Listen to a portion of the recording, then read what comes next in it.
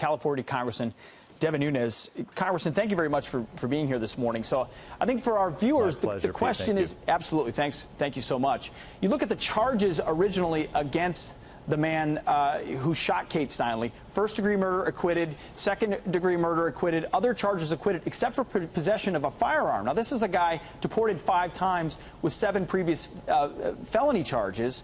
Yet now the last conviction, possession of a firearm, overturned by an appeals court, doesn't feel like justice to people.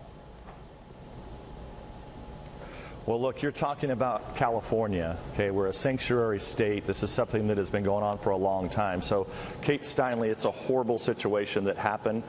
It cries for the need to have real immigration reform. But Pete, what your viewers need to know, right where I'm sitting in my hometown, we had an illegal alien who had been deported 3 times, who went through the whole county shooting it up, shot 5 different people. This was only a few months ago. Just north of here, a couple hours, we had a police officer that was killed by someone who should have been deported. So the point is, you know, there's a lot of issues with guns in this country and mental health and the mental health challenges, but you know, immigration is also playing an important role in this, and that, you know, without border security, you know, when you deport someone, you know, we can't even enforce our own gun laws on people who shouldn't even be in the country. So they're not even here legally, then we're not reporting them to the feds or ICE in cooperation, so you see this cycle. And as we've seen in the Steinle case and in the case you just mentioned, it's 2 or 3 or 4 offenses, 2 or 3 or 4 deportations. And it's American citizens who pay the price.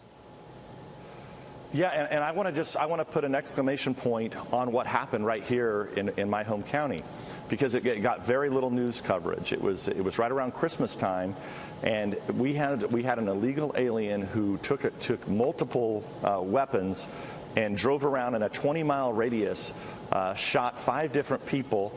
I mean, there were numerous police that were involved. Ultimately, he was killed in a car wreck. I mean, this is something that happened that you know, it was a modern-day car chase with bullets flying everywhere, and no one really covered it at the time. And so it always seems like if it's someone that's an illegal alien, the mainstream media doesn't want to cover it.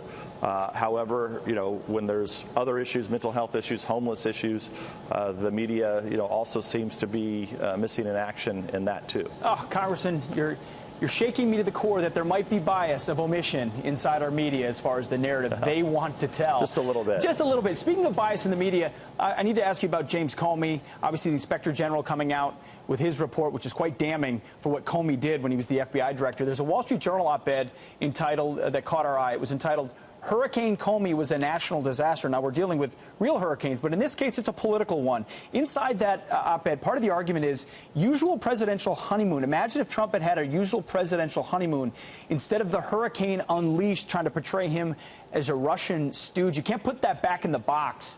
What should be done with James Comey? Well, look, it's 3 years almost now. We're coming up on 3 years. It was right after the election where we went into this Russia hoax madness. And we're still dealing, don't forget, with millions of Americans, tens of millions of Americans who have been poisoned. Their minds are poisoned. I mean, they still believe that Donald Trump or House Republicans and other Republicans are somehow under the control of Vladimir Putin. I mean, it sounds crazy, but people really believe that. I see it every day. The leaders say it. So yeah, their leadership says it. You see it on social media. It's non-stop, and it's just madness. So what we really learned from the IG report, a lot of people are upset that Comey wasn't prosecuted under this. However, what I've said is this is a really important piece of information, because we now know from numerous sources that are quoted in the IG report that Comey was definitely involved in this conspiracy.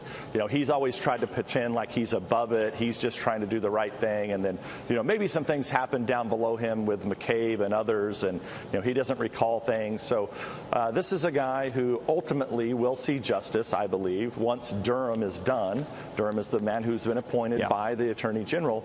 So we get an entire look at what really happened. How did the country go through 3 years of madness, and maybe we can take those tens of millions of Americans that are sick and have become deranged, and maybe we can get them back on a track, and maybe President Trump can actually have a real presidency where he's not under investigation by his own intelligence services. Boy, you lived this from the beginning. I remember the criticism you took for going to that private facility to view the documents that people were unwilling to pay attention to, and ultimately a lot of vindication, people believe, for folks like you who were ahead of the curve. Congressman Devin Nunes, thank you very much for your time this morning. We appreciate it. Always a pleasure, Pete. You got it. Thank you.